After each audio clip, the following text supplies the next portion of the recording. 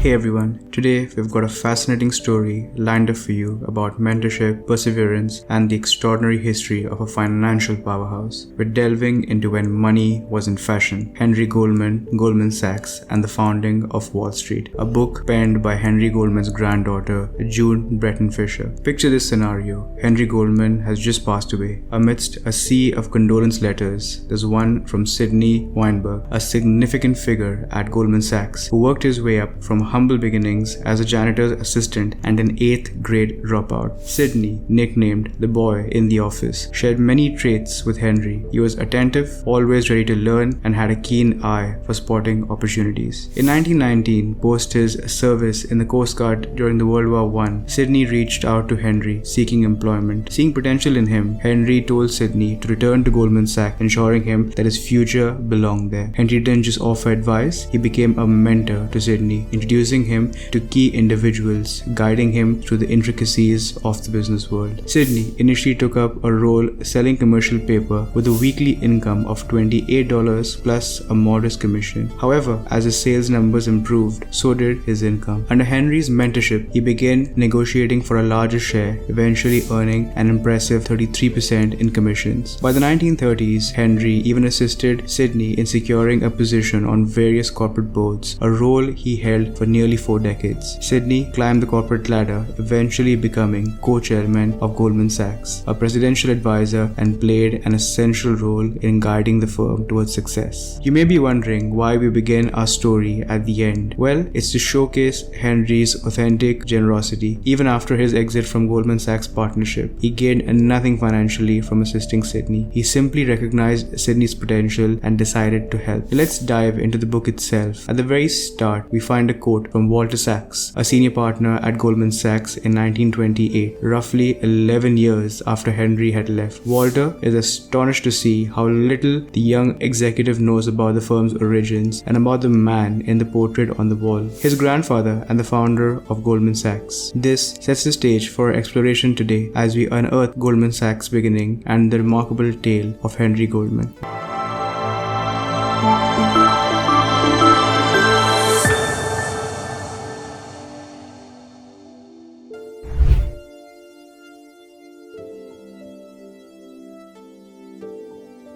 Now let's dive into the early days of Goldman Sachs and the Goldman Sachs family journey. Marcus Goldman, the founder, started from scratch. Born into a poor immigrant family from Germany, he is a true example of resilience and determination. Marcus set out for America, lured by the tales of opportunity, similar to Levi Strauss's success story. In the 1800s, America was full of potential, particularly for young Jewish men like Marcus, seeking a better life. In Philadelphia, Marcus met Joseph Sachs, sparking a lifelong friendship and future partnership. Despite tough times, Marcus worked tirelessly, selling goods on the streets, not deterred by bad weather or long hours. His hard work and positive outlook led him to a golden business opportunity, catering to the wave of immigrants needing durable and affordable clothing. With a small loan, Marcus embarked on his tailoring business, setting the stage for future success. Now we turn to Henry, Marcus's son, and the main character of our story. Despite initial doubts about his capabilities, Henry's story is one of overcoming challenges. His journey, marked by determination and exceptional ability to listen and learn, highlights the strengths and the resilience of Goldman's legacy. Let's continue to unravel the family and business dynamics of Goldman Sachs. Stay with us as we explore this incredible saga of ambition, perseverance, and the enduring spirit of the Goldman family.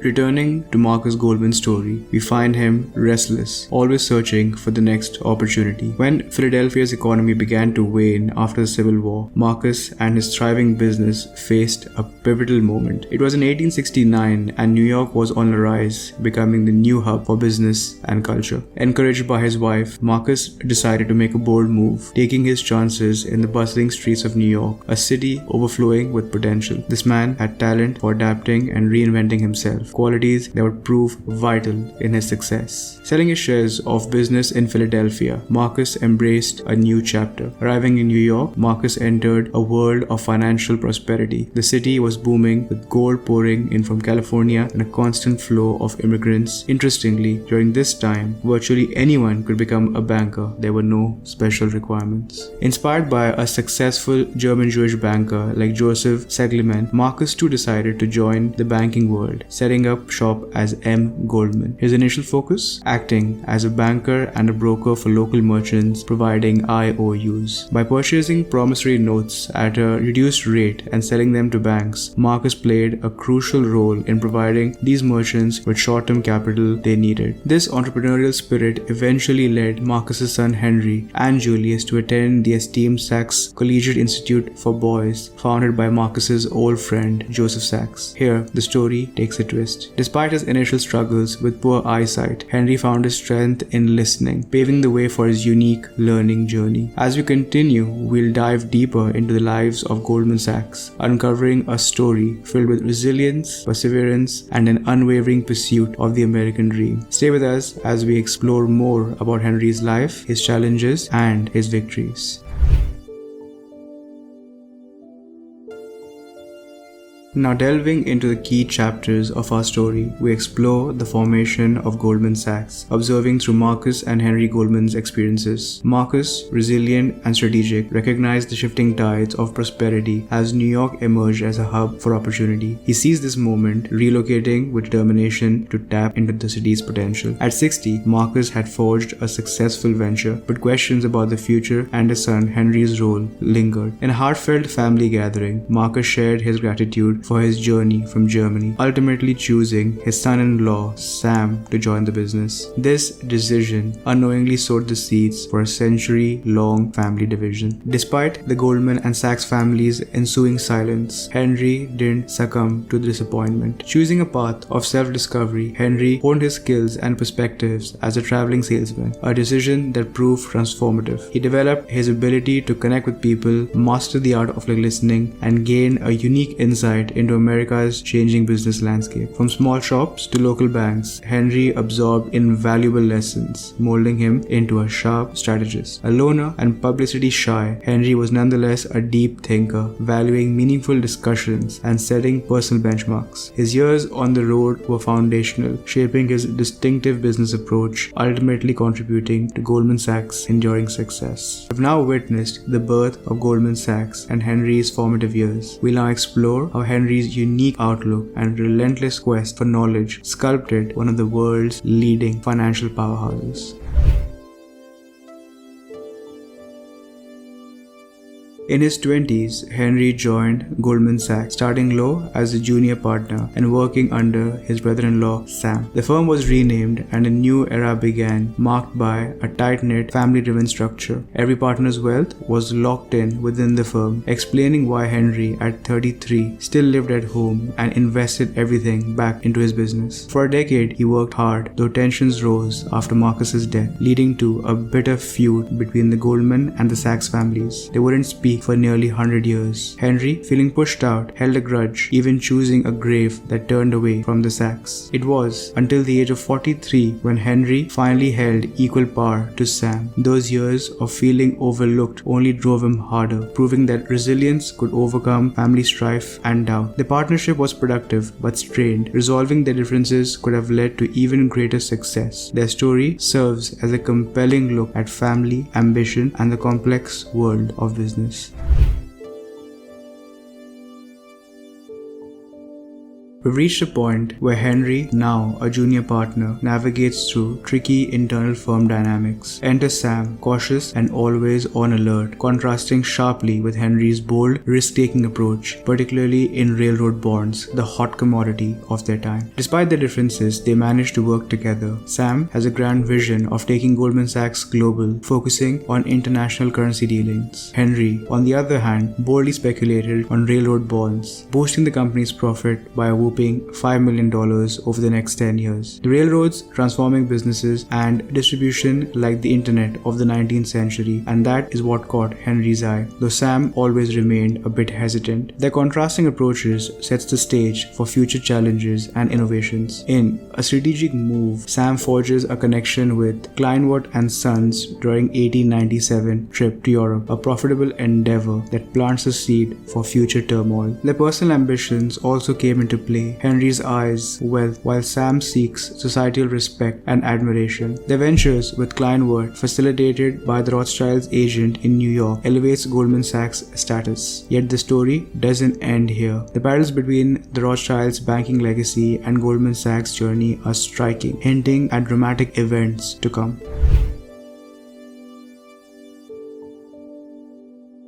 Goldman Sachs was rapidly climbing the financial world, seeking to increase their influence and profits. They introduced a foreign exchange department enhanced by their bond arbitrages and started ventures in commercial paper. The partnership with the Kleinworts was pivotal, launching a novel and highly profitable service, letters of credit for companies. Henry, brilliant and sharp, pushed their strategy to lend money to growing businesses, striking gold. However, the rising prominence of the Sachs family in business began to eclipse the Goldmans, creating an imbalance of power. Tensions peaked when Sam elevated his brother Harry and son Paul to the positions equal to Henry, a move Henry viewed as unfair and a slight to his contributions. Marcus Goldman's death only intensified these tensions, laying bare the deep-seated rift between the partners. In the midst of this discord, Henry discovered a gold mine in the initial public offerings IPO market. Even when his partners rejected the idea, he persisted, believing in the potential of underwriting railroad bonds. The post-Civil War railroad boom had transformed America into an industrial powerhouse, generating immense wealth on Wall Street. Yet, the competition was intense. Prominent families and firms controlled the railroad bond market. Henry, despite being an underdog, was relentless. He was determined to stand out and prove his worth. Established giants like Jacob Scheif of Kuhn Loeb & Co., a railroad industry expert, were initially unwelcoming, viewing Henry as a threat. They even tried to buy him out to maintain their market dominance. This was the challenging financial landscape Goldman Sachs navigated, a world of ambition, power, struggles, and unrelenting pursuit of wealth, where knowledge and determination were key to survival and success. The next scene shifts to a meeting between Henry and his close friend Philip Lehman from the Lehman banking family. They're both ambitious, eager for success, and they see an opportunity in helping family-owned businesses to grow. Over dinner, they decided to collaborate with Goldman Sachs, bring in clients, and Lehman providing the funds. They agreed to split the profits. Their first big project is with the United Cigar Company, helping it grow from a small store to a major player in the tobacco industry with a financial boost of $20 million,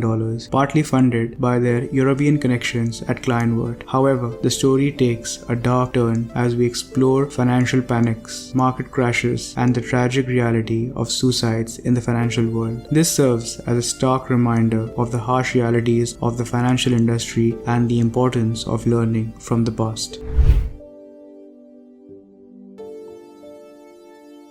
Let's now dive into the whirlwind of finance in the early 20th century. In 1907, Wall Street was in a chaos as small investors shifted from bonds to stocks, aiming to get rich quickly. Everything seemed stable until the Knickerbocker Trust Company's scheme to manipulate the market with depositors backfired, shaking trust in the financial system and bringing Citi to close disaster. In this chaos, Henry Goldman spotted a chance. He saw the potential in department stores and envisioned uniting them, creating a dominant market force. This vision transformed retail across the country, benefiting everyone involved. Henry also helped the Studebaker brothers, former wheelbarrow makers during the gold rush, making history as the first automobile manufacturer to go public. With innovation at their core, they transitioned from horse-drawn carriages to motor vehicles, poised for success with Henry on their board. In conclusion, this shows us how chaos can lead to opportunity and how one person's vision can alter history. Henry also learned crucial lessons lessons about seizing opportunities from his interactions with Walter Sachs,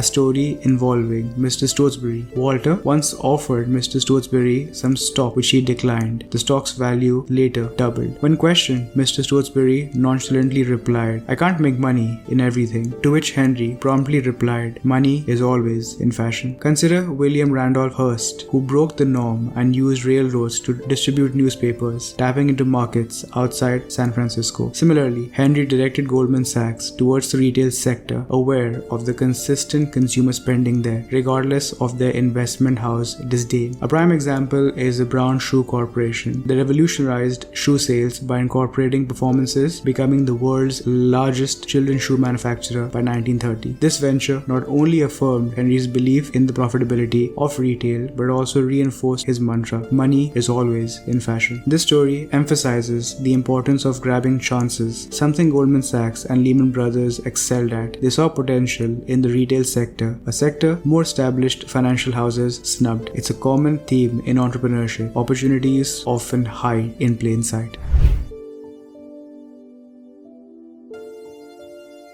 During World War I, Henry's strong affection for Germany created problems at Goldman Sachs, especially since America was at war with Germany. His love for travel didn't stop, but it made things a lot more difficult with his partners. He almost sailed on the Lufthansa in 1915, but his wife's concerns saved him from this tragic fate. Henry's pro-Germany stance made tensions rise in the company, causing a damage to their reputation.